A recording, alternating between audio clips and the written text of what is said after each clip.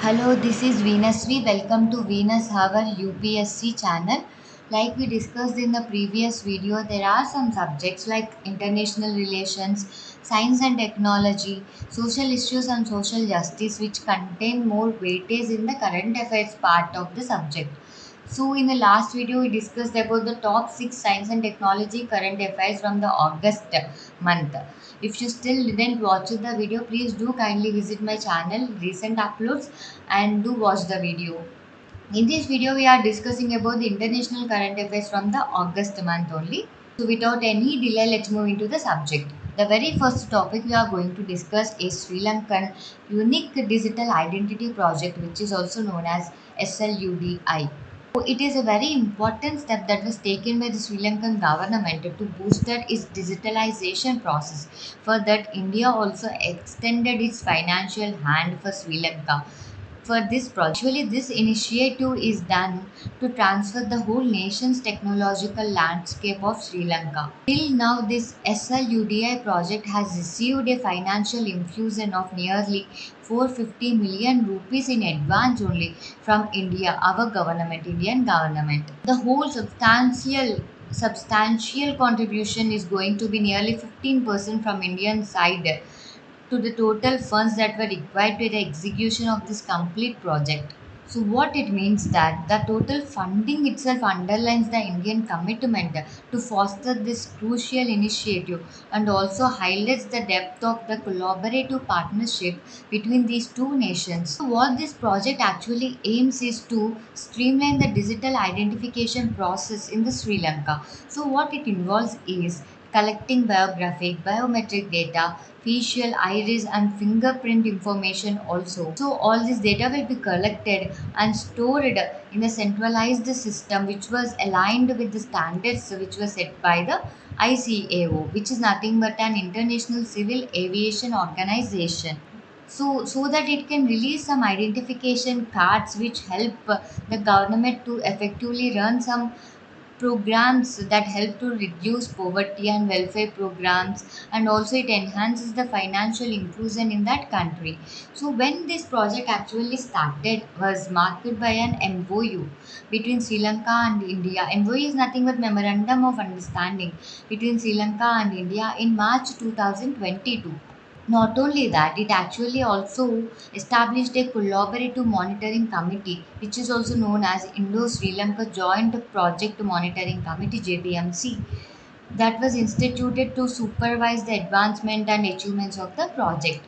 So this project might help to enhance the digital future of the Sri Lanka. So whenever the questions come regarding India's financial aid to the programs or from the other country, or the relations or the strategic relations between India and Sri Lanka, so in these cases we can point it as an example. And the very next topic is nothing but Hai Ang 24, how Chinese warship Colombo visit raises diplomatic queries.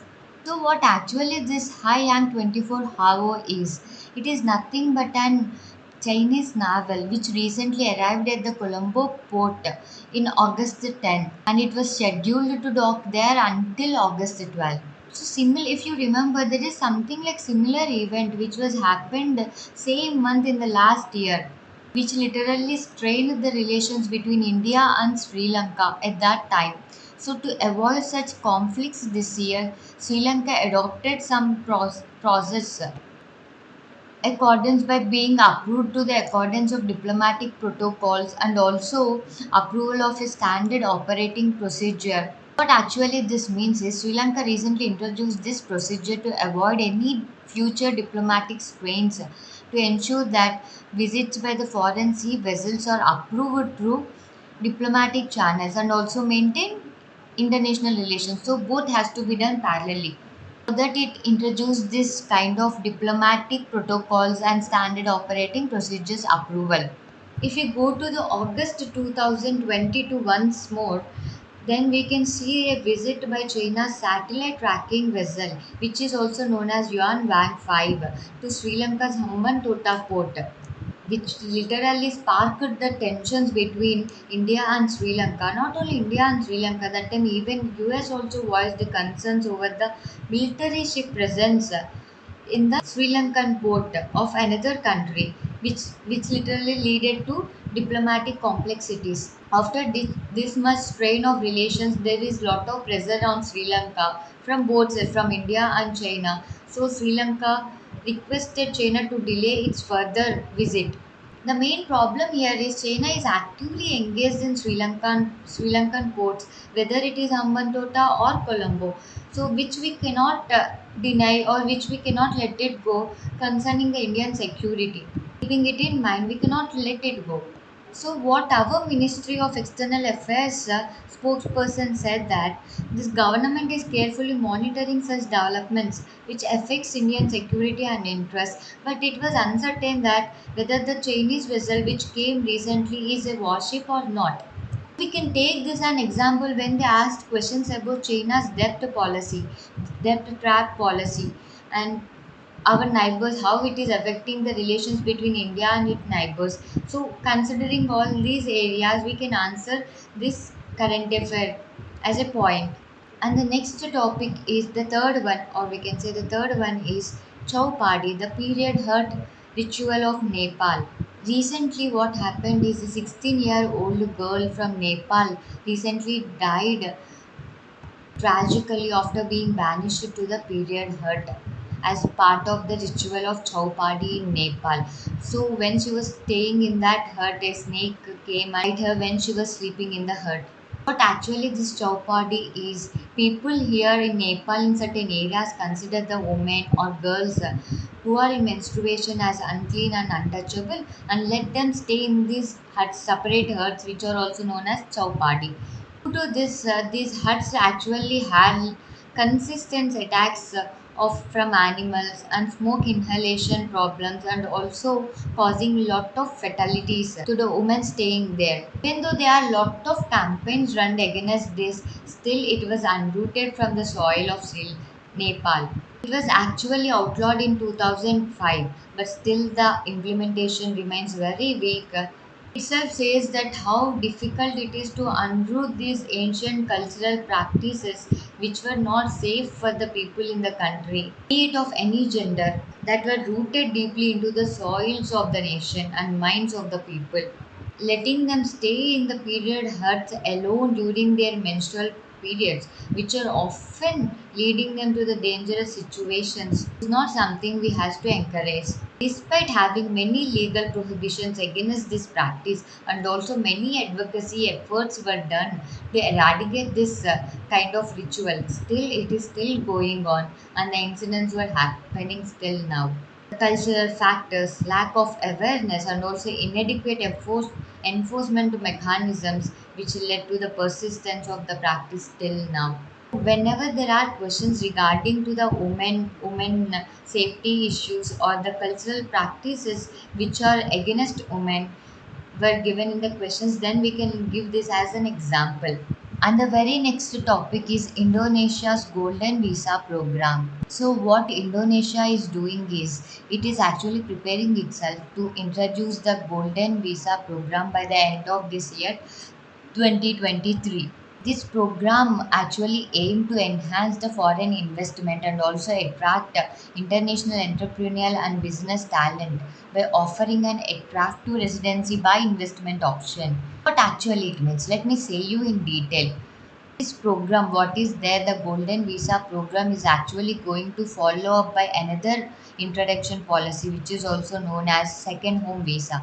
So this second home visa is introduced by Indonesia, that so that people can extend their stay for 5 to 10 years, especially those individuals who are having at least minimum 2 billion rupees in their bank account, so that they can invest in those money in their account by staying there for long period, which is nothing but providing an economic incentive for the foreigners, so that their country economy can be get benefited. Which country is Indonesia? So it actually offers an attractive proposition for foreign tourists to invest and extend their stays in the Indonesia. From where it got this idea? Actually, Indonesia is following the example of countries like Costa Rica and Mexico, who offer these long-term stay visas to attract professionals, retirees, and wealthy individuals. This was inspired by these countries' Indonesian new policy, Golden Visa program. How government policies from different areas can be used to enhance or develop the economical situation of the country or boost up the economy of the country. In this area, we can answer these kind of examples. And the last but not least is again the China's related news. That is nothing but China builds an airstrip on disputed Triton Island. Sometimes it's built an airstrip, sometimes it's built an rope under sea in Philippines to enhance or showcases the majority or dominance in the region. Whatever, let's not go too deep into that point. So let's discuss the actual news happened. Some of the recent satellite images that were found out indicated that China is building an airstrip on Triton Island, which is literally situated on the South China Sea. And as you all, the Triton Island is actually a part of Paracel Group, and it is a disputed area which was claimed their rights from Taiwan, Vietnam, and China. These three countries are in dispute in this island of Paracel Group. And again, in a disputed area, this China is building a airstrip to show its dominance or to prove its dominance in that Iceland. That airstrip which it was building is nearly 2,000 feet long. That is the main thing which is raising concerns over the China's intentions in that disputed region. The length of the airstrip itself suggests that it can accommodate a turboprop aircraft or and also drones also. But however, it cannot support any fighter jets or bombers, which is a little bit relaxing point. The exact situation why it is building that airstrip is still unclear. So the international experts were cracking their heads to find out the China's strategic motives behind this thing. See the way it is building the airstrip in Triton Island, we can actually see a mirror of image of its efforts on other artificial island in the same region, particularly in that Spratly group. You remember in a Spratly group, there are some islands which are artificial islands which were equipped with airstrips, military systems, and docks, raising concerns over this Chinese militarization, and this China's assertion of territorial control over the South China Sea is not the present thought. It started back in 1970s. Since then, it is showing its assertion and dominance over the regions by doing releasing some maps, doing these airstrips, or also providing some undersea routes or ropes. So to tackle this process, actually in 2016, US Navy has conducted that one operation which is also called as freedom of navigation operation, especially near these Chinese held islands. And since 2016 still it is doing that so that it can assert the right to navigate through international waters. And these actions of the US Navy also challenge the China's territorial claims in that region and also maintain the open navigation routes to the countries. This can also be written as an example between China's and India, like China's policies of showing its dominance in various regions by doing various things. So, one example can be written by this current affair. So, hope we discussed some important current affairs of international relations. Hope this video helped you some or other way. I will do continue making such videos of current affairs by compiling 6 to 7 topics in one video itself.